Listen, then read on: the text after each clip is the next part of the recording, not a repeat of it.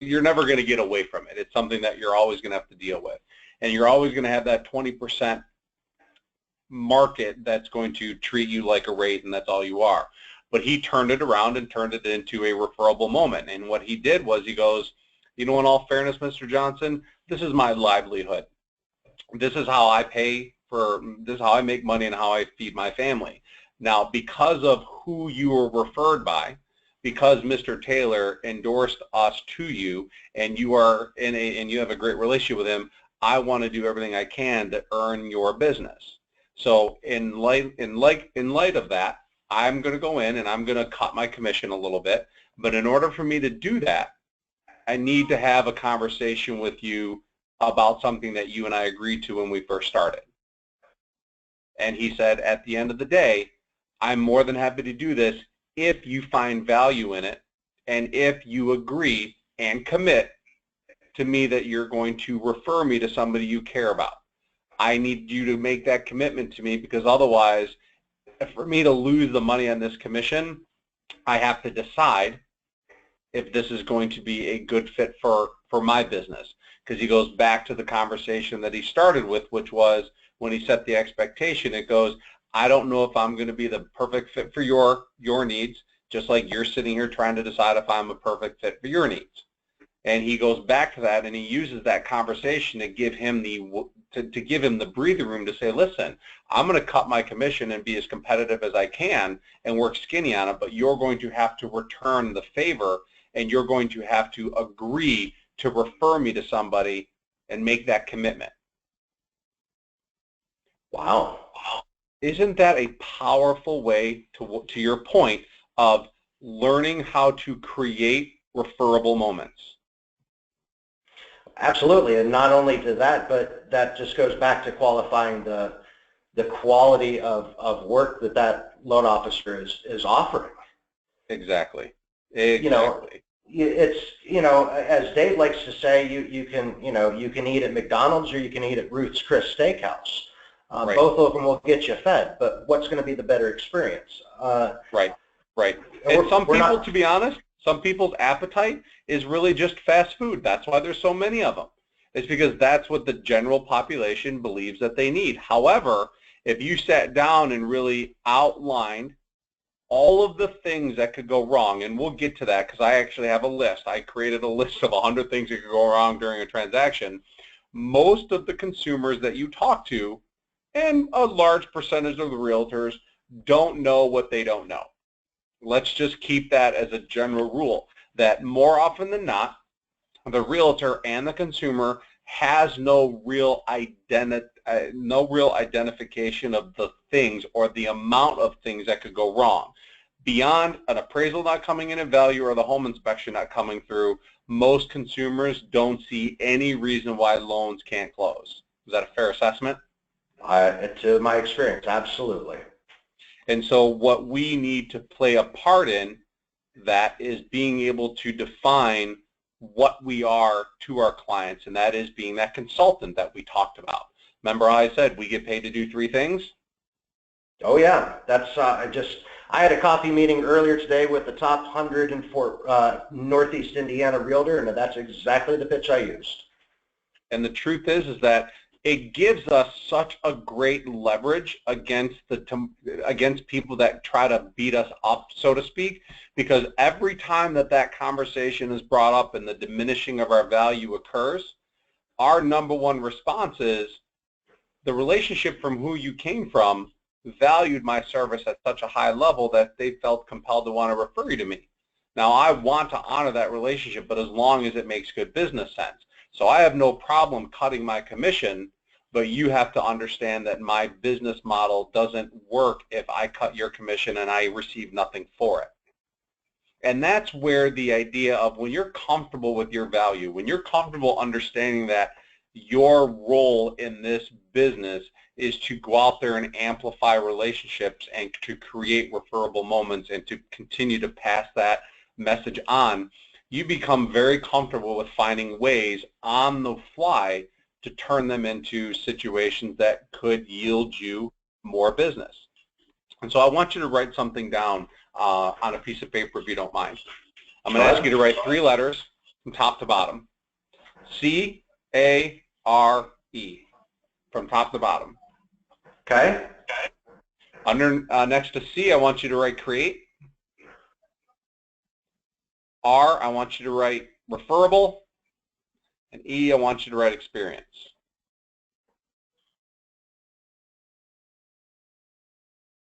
Okay.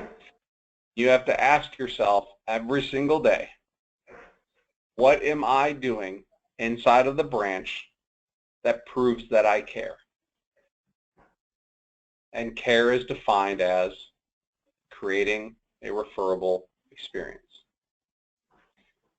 Do you care? And that's a question that you can ask your realtors on every transaction. That's a great opening line with a realtor for the first time. Do you care? Of course I care. Well, let me be clear on what I define care as. I love it. Kind of eye-opening in some respects, isn't it? Absolutely. And so what we fail to do consistently, to your point earlier, is we fail to recognize what our role in the branch really is. We can be extremely busy all day long, and we are given multitudes of opportunities to care every single day. The truth is we don't really believe that we care. We'd like to act the part, but the truth is if we truly knew that we cared and could define it, then we would capitalize on it. And the only real way to know that we care is when we hear people say thank you or I appreciate you. Does that make sense? Yep. Makes perfect sense. And so the goal with your conversations every day, because ultimately we want you to be out on the front lines. We want you to be out there originating relationships. We want you to be in that position where you're carrying the torch of what the Brown Mortgage Group is all about. And the only way to do that is to expose you to as many conversations and in as many personalities as you possibly can be in. And what your goal every single day needs to be right now is how many times a day do I demonstrate that I care? And I know that I demonstrate it because every time I do it, somebody says thank you to me. And then every time somebody says thank you to me, I know that I say thanks for noticing. You know that we are counting on you to refer us to somebody you care about. Or we are counting on you to introduce us to somebody that you care about who could use some really good, honest mortgage advice. We may not do the mortgage, but we are definitely the best people to talk to figure out what their options are. There's so many ways to creatively phrase it to fit the person that you're speaking to that when you get comfortable saying it, it no longer becomes a sales pitch. It becomes a genuine need to help others and to have that value be recognized, not because you get paid to do it, but because you truly amplify the relationship from which it came. And everything that we do, if we really peel away the layers, it really is about making somebody else thankful that they know us. And if you knew that every time that somebody came into your life because somebody referred them to you and you did a great job, you'd have something pretty special. You'd have something pretty unique. And if you knew that through and through, then you knew that you'd want to get paid for it. So every time you're challenged on a pricing, or every time you're challenged on working on a Saturday or Sunday with a pre-approval, those things may always happen. But the reason that they happen is because you're being given a chance to create a referable opportunity if you so choose. Not every person's going to refer you. Not every person's going to refer you when they ask.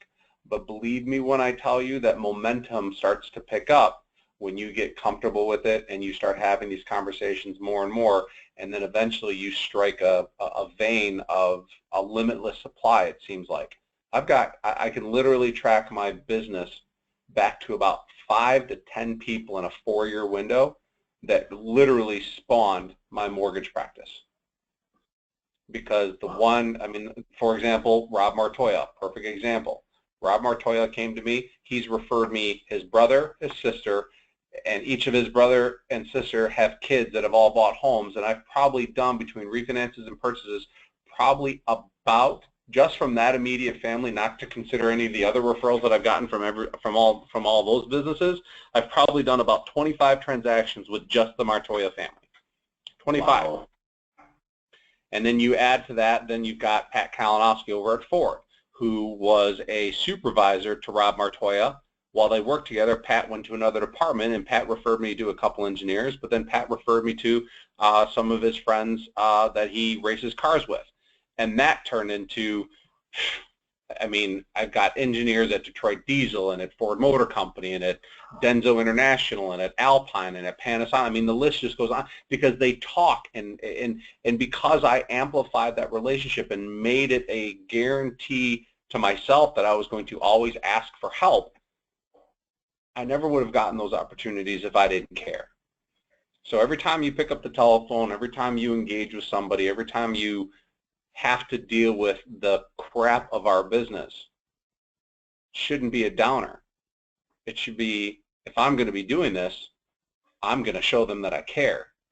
And if I show them that I care, I'm going to create a referable moment and make sure that I get something out of it.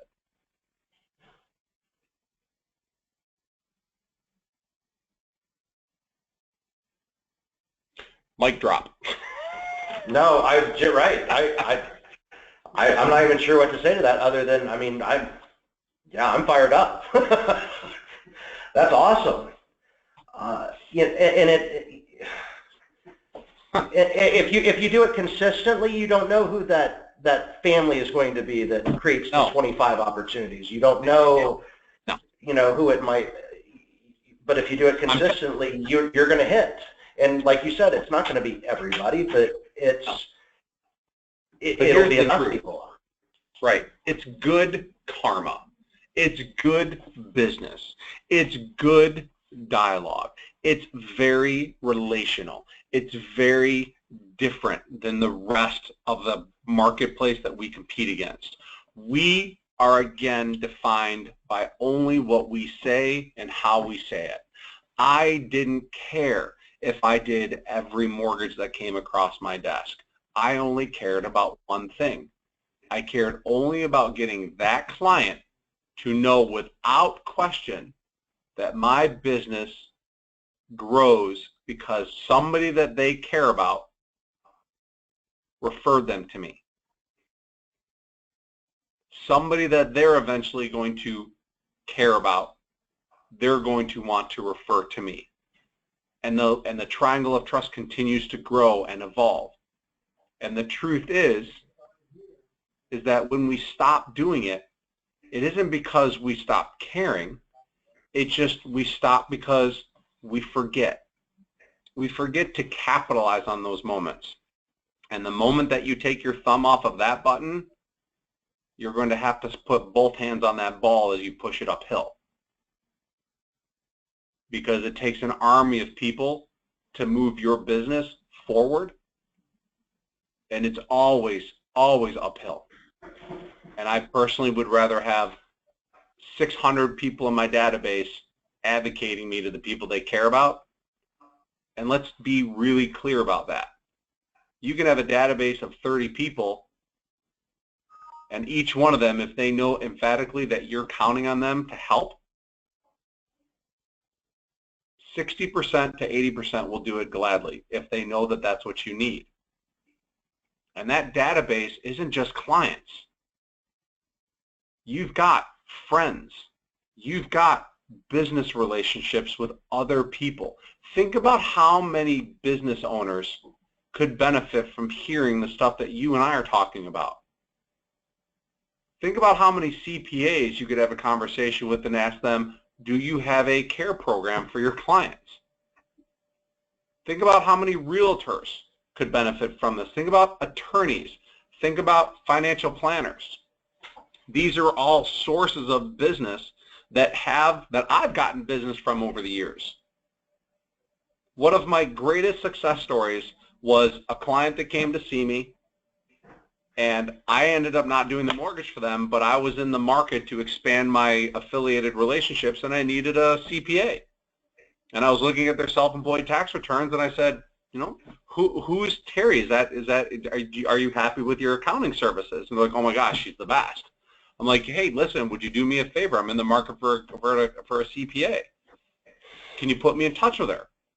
They gave me the phone number, made an introduction. I went out to meet her, and I quickly realized that she wasn't going to be a good fit, or I wasn't going to be a good fit for her CPA practice.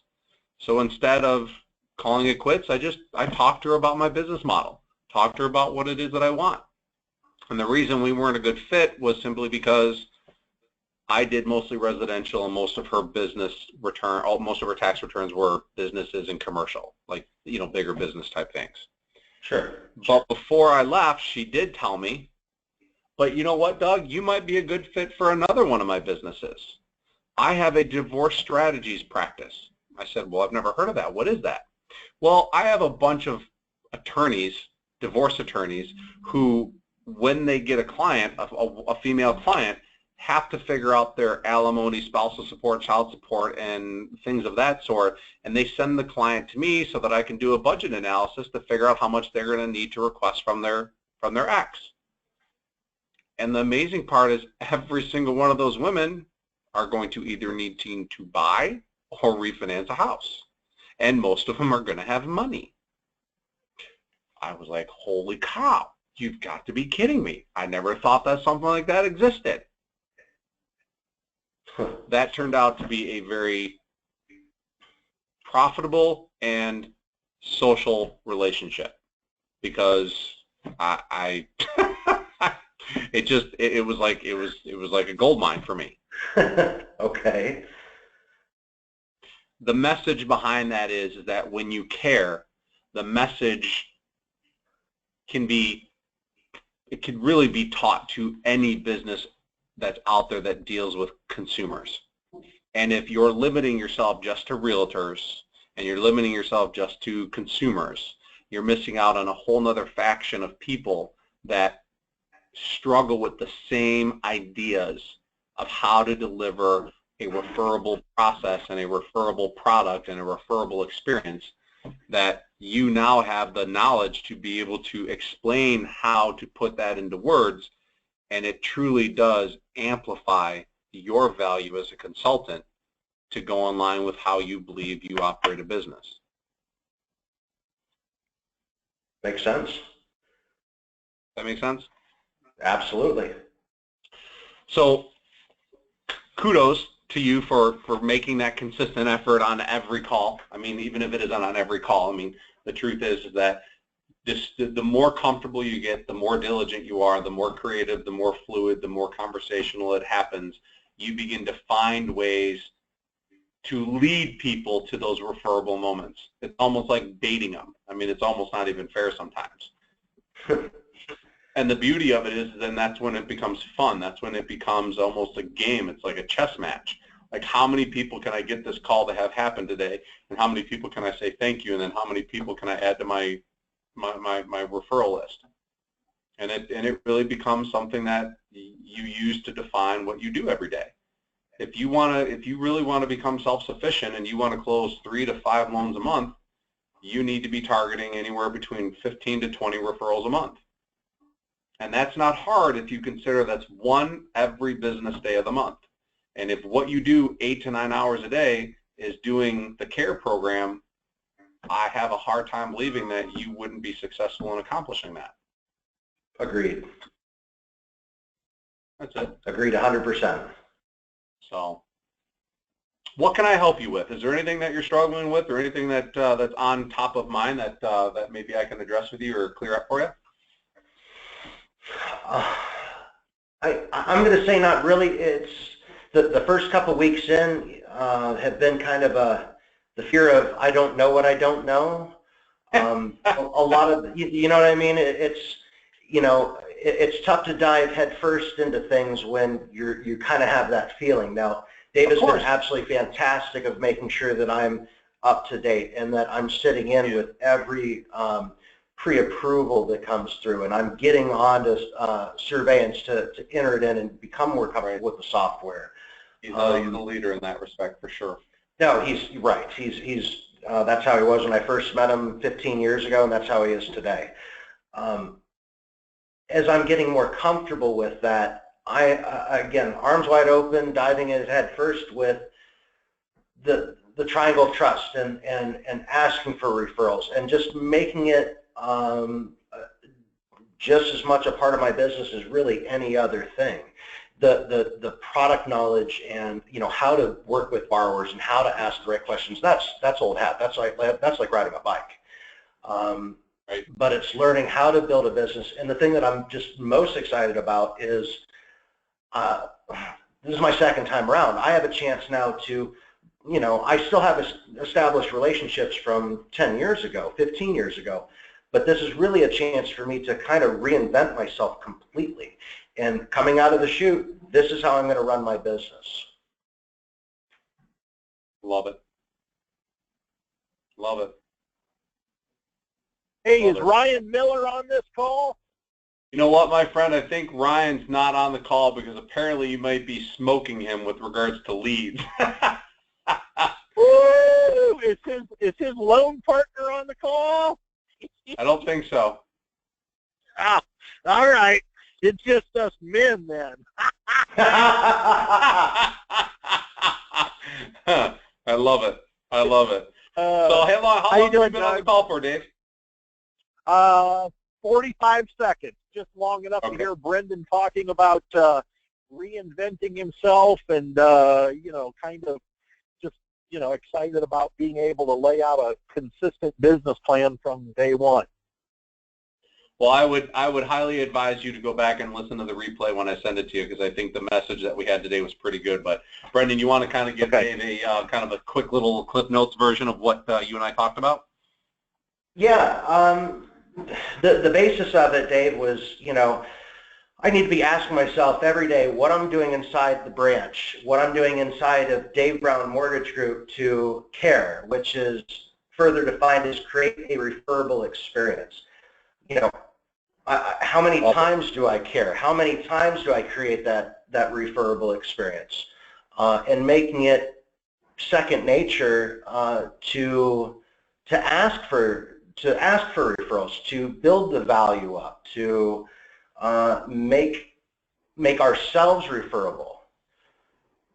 Is that pretty good, Doug? Yeah, I think that's fantastic. You can probably handle the class next time I teach it.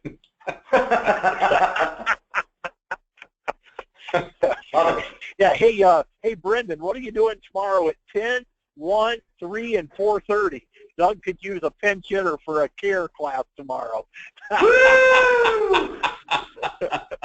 That's good. But you know what? But you know what? Go ahead.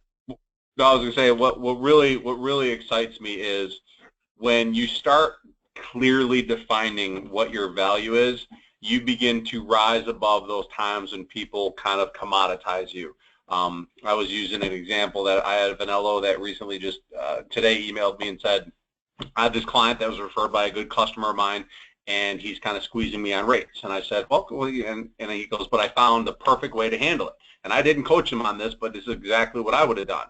He basically said, you know what, Mr. Johnson, I'd be more than happy to cut into my commission, but you know that that's my livelihood and that's how I feed my family. But because you were referred by Mr. Taylor, I'm willing to do that because I value your relationship with him, and I told you that my business is predicated on this thing called the triangle of trust. And like I told you in the beginning, I'm counting on you to refer me to the people you care about. But if I go into this and I cut my commission, I need you to have a very strong commitment, almost promise me that you're going to refer me to somebody you care about to help offset, the loss I'm going to take, because otherwise I'm not sure if this is a good business decision for me, because in order for me to remain profitable, I have certain things that I have to hit economically. And the gentleman was like, oh, if you're going to do this for me, oh my God, thank you so much, I promise. And Dave, the LO that emailed me, they emailed me this, basically said, this is where being clear on your value system and what makes you different allows you to turn just about any situation that would normally make you feel like you got sucker punched into an opportunity that turns out to be referable.